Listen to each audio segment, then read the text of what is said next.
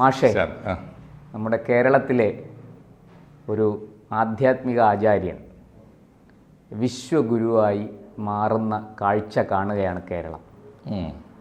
വേറെ ആരുമല്ല, ശ്രീനാരായണ ഗുരുദേവൻ വത്തിക്കാനിലും അദ്ദേഹത്തിൻ്റെ പേരും പെരുമയും എത്തിയിരിക്കുകയാണ്.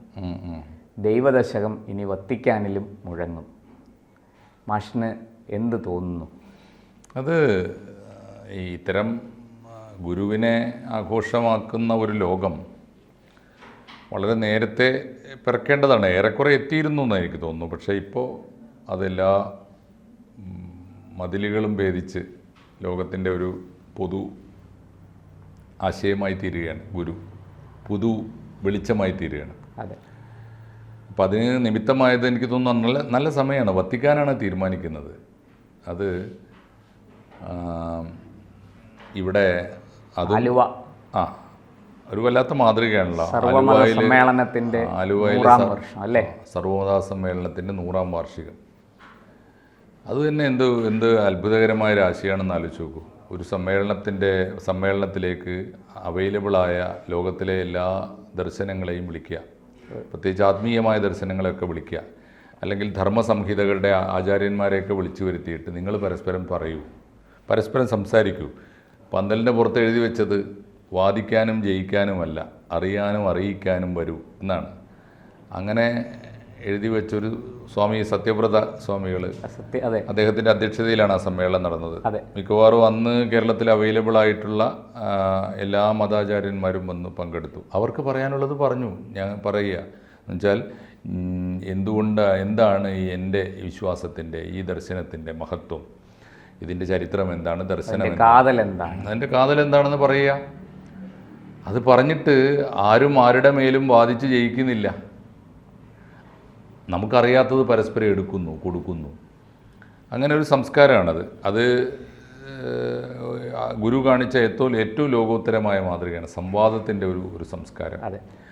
അതാണ് പുതിയ ലോകത്തിന് ആവശ്യമെന്ന് 100 കൊല്ലത്തിന് ശേഷം വത്തിക്കാന് തോന്നിയിരിക്കുന്നു. ലോകത്തിലെ ഏറ്റവും വലിയ മതത്തിൻ്റെ, ഏറ്റവും വലിയ മതവിഭാഗത്തിൻ്റെ ആചാര്യന് ആഗോള ആസ്ഥാനത്ത് വത്തിക്കാനിൽ തന്നെ അത് നടപ്പാക്കാൻ തീരുമാനിച്ചിരിക്കുന്നു. എനിക്ക് തോന്നുന്നു ഗുരു പുതിയ വെളിച്ചമായി ലോകത്തിൻ്റെ പല വേദികളിലും, പല ചുമരുകളിലും, പല തെരുവുകളിലും, പല വൻകരകളിലും ഗുരുവിൻ്റെ പ്രകാശം വന്നുകൊണ്ടേയിരിക്കും. അത് വരാതെ തരമില്ല. അത് പരമമായ യാഥാർത്ഥ്യവും സത്യമായതുകൊണ്ടാണ്. ഒരുപാട് നാളൊന്നും അതിനെ തടഞ്ഞു നിർത്താൻ കഴിയില്ല. എത്ര കാലം. അത് ഈ സത്യത്തിന് അങ്ങനെ ബലമുണ്ടല്ലോ, ശരിയായിട്ടുള്ളതിന് എപ്പോഴും. അതാണ് ഗുരു. എനിക്ക് തോന്നുന്നു വിശ്വഗുരു തന്നെയാണ് യഥാർത്ഥത്തിൽ. അദ്ദേഹം വളരെ ലളിതമായിട്ട് പറഞ്ഞു, അവനവൻ ആത്മസുഖത്തിനാചരിക്കുന്നവ അവരെന്നും സുഖത്തിനായി ഭവിച്ചിടണം. അങ്ങനെ ആ ഒരു ആംഗിളാണ് വരയണം. അത് ഗുരു, എനിക്ക് തോന്നുന്നു ഗുരു അദ്ദേഹം പറഞ്ഞതൊക്കെ നമ്മുടെ ഏടുകളിൽ, നമ്മുടെ വേദങ്ങളിൽ പണ്ടേ ഉള്ളതാണ്. ചിലതൊക്കെ അദ്ദേഹം പൂരിപ്പിക്കാനുണ്ടായത്, ചിലതൊക്കെ അദ്ദേഹം എക്സ്പ്ലെയിൻ ചെയ്യാനുണ്ടായത്, വ്യാഖ്യാനിക്കുകയായിരുന്നു. അത് ശരിയാണ് മാഷേ. എനിക്ക് തോന്നുന്നു നമ്മുടെ വേദമന്ത്രങ്ങളെ ഏതെങ്കിലും ഒരു ഭാഷയിലേക്ക് ആരെങ്കിലും തർജ്ജമ ചെയ്തിട്ടുണ്ടെങ്കിൽ, അത് എൻ്റെ അറിവാണ്, പരിമിതമാണ്, അത് ഗുരുവിന് ആ കാര്യത്തിൽ ഗുരുവിൻ്റെ സ്ഥാനം വളരെ വലുതാണ്. ഉദാഹരണത്തിന് നമ്മുടെ യജുർവേദത്തിൻ്റെ 40ാം അധ്യായമാണ് ഈശോപനിഷത്ത് എന്നറിയപ്പെടുന്നത്. ഈശാവാസ്യ ഉപനിഷത്ത് ലോകപ്രസിദ്ധമാണ്. അതിലെ ആ ഈശോപനിഷത്ത് മുഴുവനും, ആ മന്ത്രങ്ങൾ മുഴുവനും ഗുരു മലയാളത്തിലേക്ക് പദ്യരൂപത്തിൽ തന്നെ തർജ്ജമ ചെയ്തു. അത് 1ാമത്തെ മന്ത്രം ഞാൻ പറയാം, അത് ചൊല്ലാം. അത് മാഷിന് ഈശാവാസ്യമിതം സർവം യത്കിഞ്ച ജഗത്യാം ജഗത് തേന തെക്തേന ഭുഞ്ജീത മാ ഘൃത കസ്യ സിദ്ധനം. ഇതാണ് മന്ത്രം. ഈശാവാസ്യമിതം സർവം യത്കിഞ്ച ജഗത്യാം ജഗത് തേന തെക്തേന ഭുഞ്ജീത മാ ഘൃത കസ്യ സിദ്ധനം.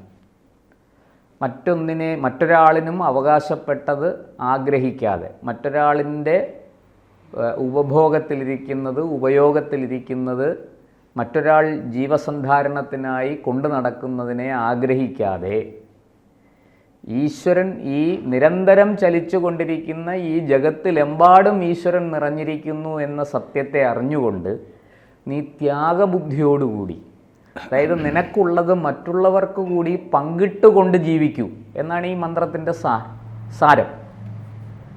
ഗുരു ഇത് വളരെ മനോഹരമായിട്ട് മലയാളത്തിൽ മൊഴി മാറ്റി. അത് മൊഴി മാറ്റിയെന്നോ ഒക്കെ പറഞ്ഞാൽ കുറഞ്ഞു പോകും. ആ മന്ത്രത്തെ അങ്ങനെ തന്നെ പറിച്ചെടുത്ത് മലയാളത്തിൽ കൊണ്ടുവച്ചു. ആ മലയാളത്തിൽ ആ മന്ത്രത്തെ ദർശിച്ചു.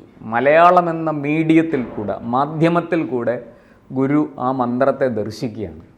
അദ്ദേഹം പറയുന്നു, ഈശൻ ജഗത്തിലെല്ലാം ആവസിക്കുന്ന കൊണ്ടു ചരിക്ക മുക്തനായങ്ങു നീ ആശിക്കരുതാരുടെയും ധനം. ഇത്ര ലളിതം. ഏത് പാമരനും സത്യം മനസ്സിലാവും. ഈശൻ ജഗത്തിലെല്ലാം ആവസിക്കുന്ന കൊണ്ട് ചരിക്ക മുക്തനായങ്ങു നീ ആശിക്കരുതാരുടെയും ധനം.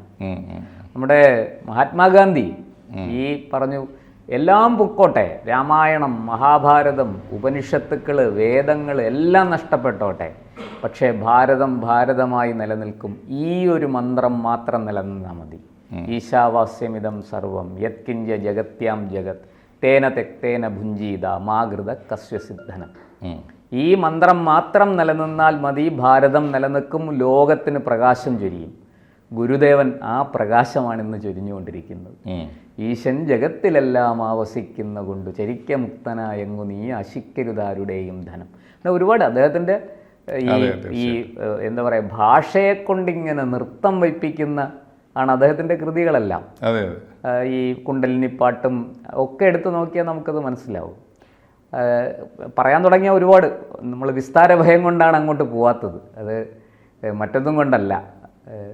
അപ്പോൾ അങ്ങനെ ഈ ഗുരുദേവൻ, ഞാൻ മുമ്പും പലപ്പോഴും പറഞ്ഞിട്ടുണ്ട്, അഹിംസയ്ക്ക് ഏറ്റവും നല്ല വ്യാഖ്യാനം ഗുരുദേവനാണ് കൊടുത്തത്. പരോപകാരമേ പുണ്യം, പാപമേ പരപീഡനം. അദ്ദേഹം പിന്നെ ശിവപ്രതിഷ്ഠ നടത്തിയിട്ട് പറഞ്ഞത്, ജാതിഭേദം മതദ്വേഷം ഏതുമില്ലാതെ സർവരും സോദരത്വേന വാഴുന്ന മാതൃകാസ്ഥാനം ശിവഗിരിയിൽ. അതെ, ശിവഗിരിയും അരുവിപ്പുറവും ഒക്കെ ലോകത്ത് പ്രകാശം ചൊരിഞ്ഞുകൊണ്ട് നിൽക്കുന്ന പ്രകാശഗോപുരങ്ങളായി, വിളക്കുമാടങ്ങളായി, അല്ലേ, എന്താ പറയേണ്ട അതിന്, ലോകത്തെ നന്മയിലേക്ക്, മനുഷ്യത്വം വറ്റിപ്പോകാത്ത നന്മയിലേക്ക് ലോകത്തെ നയിച്ചുകൊണ്ട് നിൽക്കുന്നു.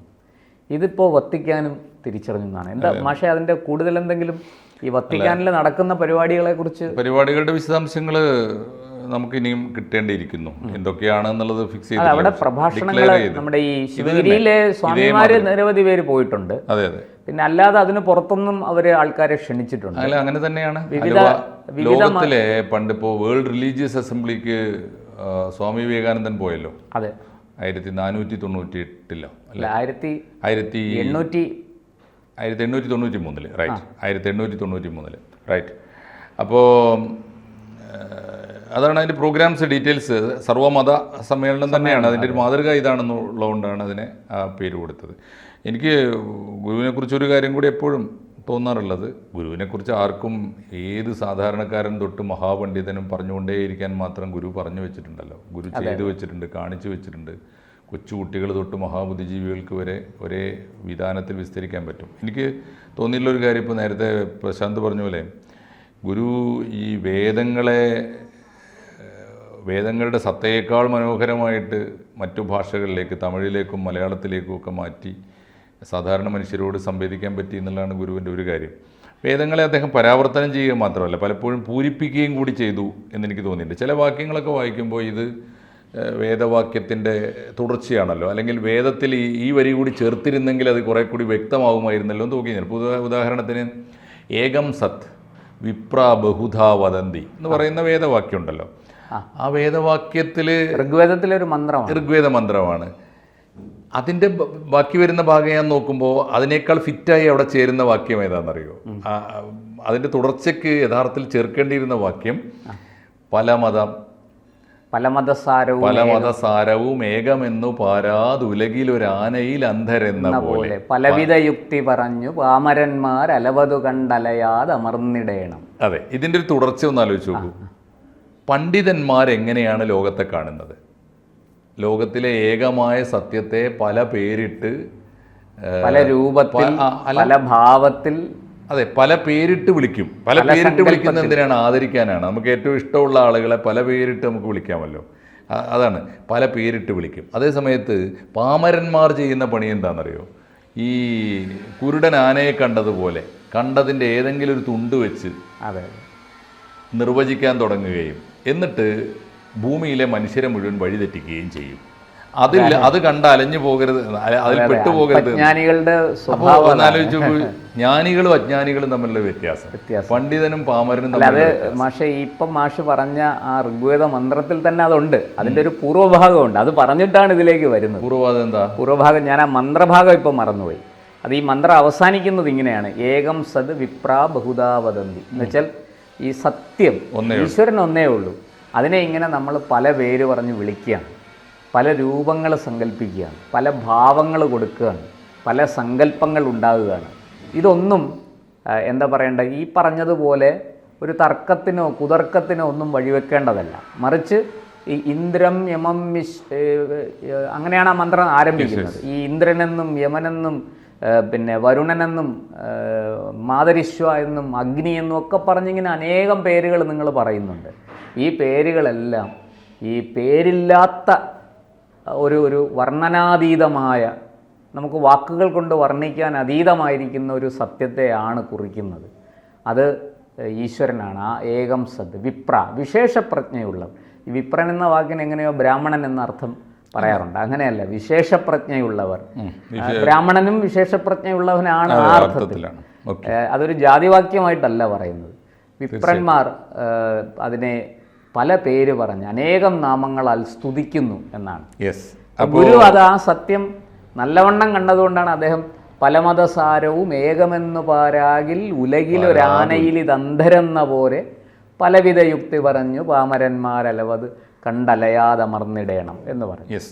അപ്പോൾ എന്തായാലും ശ്രീനാരായണ ഗുരുദേവൻ ജീവിച്ചിരുന്ന കാലത്ത് അദ്ദേഹത്തിൻ്റെ ദേഹം ലോകത്തിലെ അപൂർവം രാജ്യങ്ങളിൽ പോയിട്ടുണ്ടാവും. ശ്രീലങ്കയിൽ എനിക്ക് തോന്നുന്നു പുറത്തു പോയത് ശ്രീലങ്കയിൽ മാത്രമാണെന്ന് തോന്നുന്നു. പക്ഷേ അദ്ദേഹത്തിൻ്റെ ആശയം ലോകം മുഴുവൻ നിറഞ്ഞിരിക്കുന്നു. ഇപ്പോൾ അദ്ദേഹത്തിൻ്റെ അനുകരണീയമായ മാതൃകകൾ ലോകം മുഴുവൻ വത്തിക്കാൻ്റെ നെറുകയിലും എത്തിയിരിക്കുന്നു എന്ന് പറഞ്ഞാൽ ലോകത്തിൻ്റെ നെറുകയിൽ ശ്രീനാരായണ ഗുരുദേവൻ്റെ മഹിതമായ മാതൃക വിളങ്ങുന്നു എന്നാണ്. ആ ഗുരുദേവനെ ആദരപൂർവ്വം ആരാധനാപൂർവ്വം നമിക്കാൻ ഈ സന്ദർഭം മറ്റാരെക്കാളും ഉപയോഗപ്പെടുത്തേണ്ടത് മലയാളികൾ തന്നെയാണ്. മലയാളികൾക്ക് ഇപ്പോഴും അദ്ദേഹം ഈഴവൻ്റെ ഗുരുവായി ഒരു ജാതി ഗുരുവൊക്കെ ആയിട്ട് തീരുന്നു എന്ന് കാണുമ്പോൾ കൂടിയാണ് ഇതിൻ്റെ ഒരു മഹത്വം നമുക്ക് കൂടുതൽ. അപ്പുറമാണ് ഗുരുദേവൻ. തീർച്ചയായും.